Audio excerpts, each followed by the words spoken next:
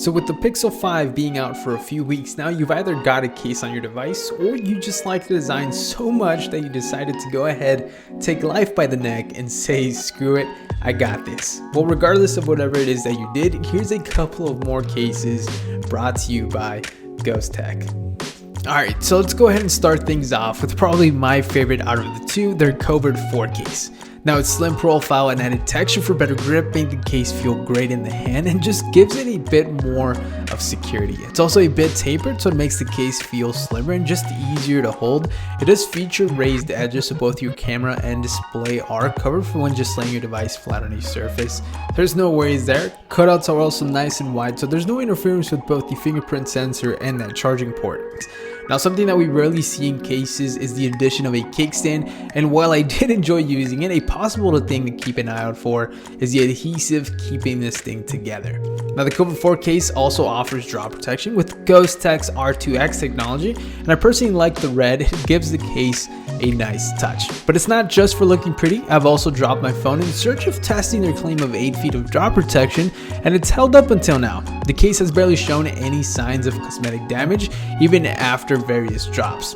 Even the clear black cast kept clean to some extent, only showing a few scratches and signs of my buttery fingerprints. They do offer the case in 2 color variations, and the case starts at around 15 bucks. I'll make sure to drop a link down in the description if you want to check that out. Up next, we do have their Atomic Slim case, which does feature a bit more of a rugged body. And while the first thing you'll definitely notice is the fact that it does consist partially of aluminum, the added benefit here is of course better protection with their R7X technology, as well as raised edges for lay on the table protection for both the camera and front glass. Now, unfortunately, due to the aluminum body, it does scratch and scuff rather easier, but we do have that nice cool to the touch feeling in the morning, which I'm sure everyone can appreciate.